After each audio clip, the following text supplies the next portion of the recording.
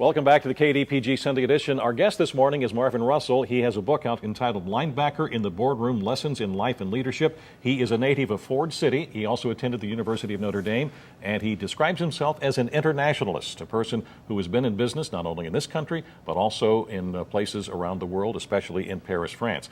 Your book is Lessons in Life and Leadership. The key elements in this is how to become basically a good leader. Now, we've talked about coaches because you have to be formed into being a good leader. Is that correct? I think you're formed. I think you're molded and shaped.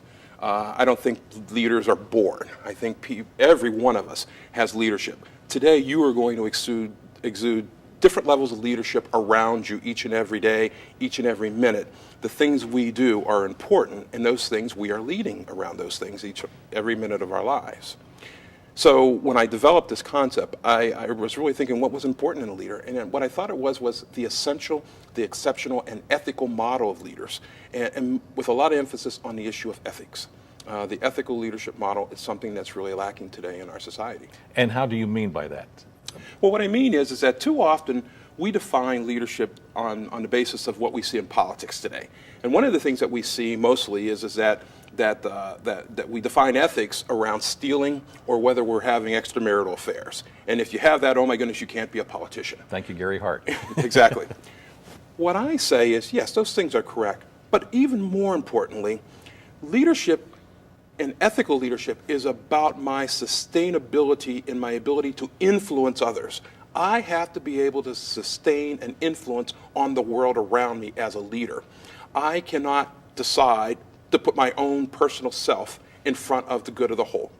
And so one of the concepts that I've really focused on is that all the leaders around us today, whether they're the political leaders, whether they're the leaders in sports, whether they're leaders in business, the ethics of what their behavior is very important to us. They've got to be essential. They are essential to us, but they have to be exceptional, and then they have to figure out what the ethics are going to be around them. Let's talk politics for just a second. I don't care whether you're talking about, I think you'll agree with this, on the Republican side or the Democratic side. Most Americans right now, if you take a look at the polls, don't think there's much leadership at all, from the president through Congress. And I agree, and I love our president.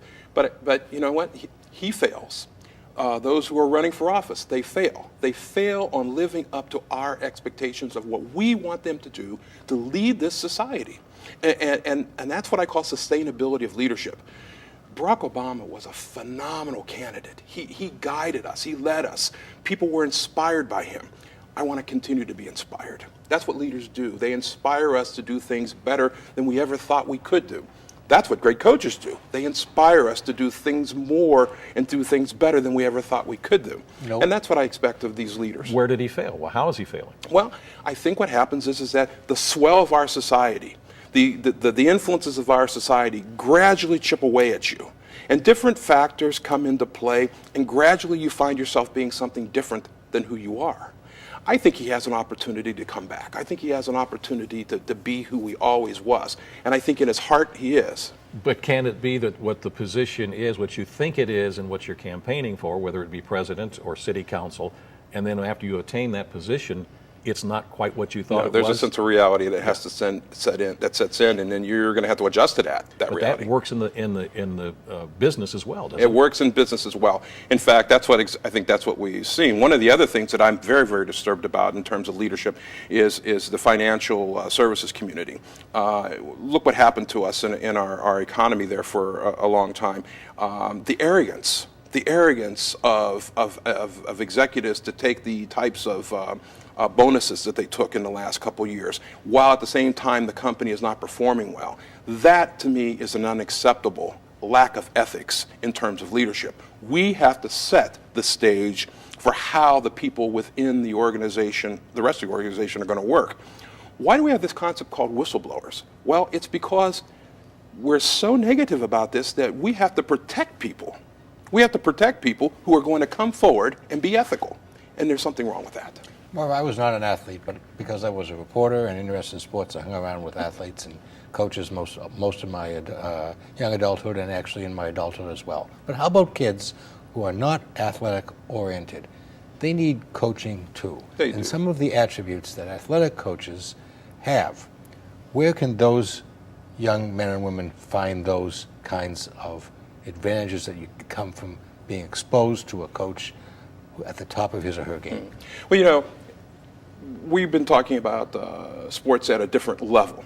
But, you know, it does, if you really peel back that onion, it goes back further. You know, I really believe in the concept of the sports that starts at that kindergarten level where I used to call it herd soccer, where just a bunch of kids running around having fun. That's one of the great things that we do in America, is that we get our kids out and we get them engaged.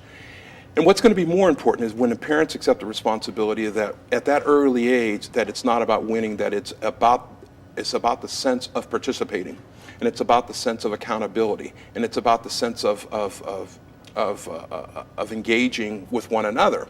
I wrote a statement in the book, a little lesson, about a young boy that I know, one of my nephews, and his behavior on the soccer field.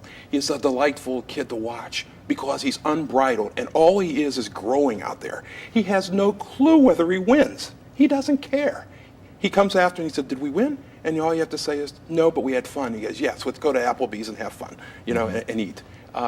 So I think parents do have a great responsibility, and the responsibility is to put the onus on the activity. And are you worried, as we look at leadership and the character of the country and the obesity crisis that we have here, that the emphasis on sports has never been higher, but the emphasis on participation has really never been lower? President Kennedy had his offensive on physical fitness, but since then we've had no leadership, except for Mrs. Obama, about eating healthy and being athletic, even if you're not an athlete, and a primacy of fitness, not because you want to beat the Russians, but because you want to beat heart disease. Well, you know, it is. You know, I'm a person, I've had heart disease, I've got a family with heart disease, and, you know, and I fight the obesity thing every day. And you watch the young kids, and we are a society of obese people.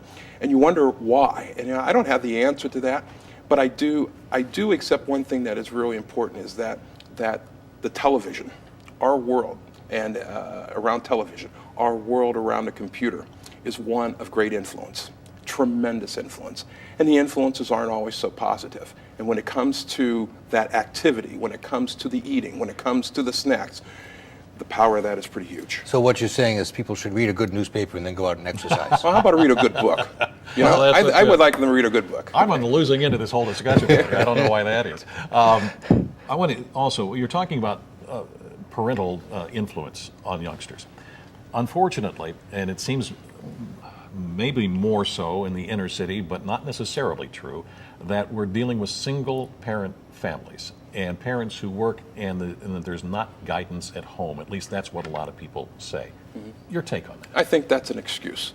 You know, besides my kids and my wife, the next person that is the most important person in my life is my nephew. He grew up in a single parent, my sister's son. He's like a son to me. He's a tremendous kid. Played basketball, got an academic scholarship to go play basketball at Johns Hopkins.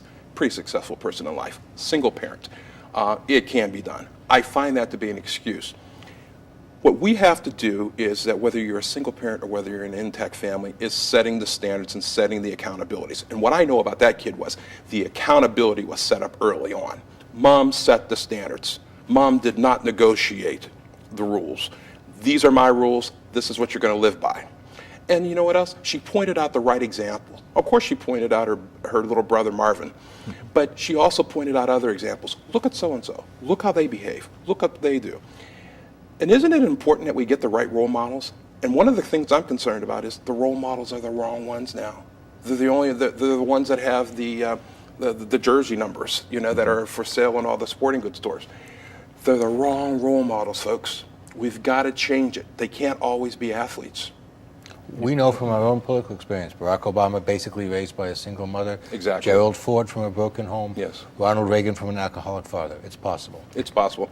And what a great role model. You know, whether Barack Obama is the best president in our history or not, it doesn't matter. What a great role model he is. Think about that. You know, as the first African-American president, he sets a standard.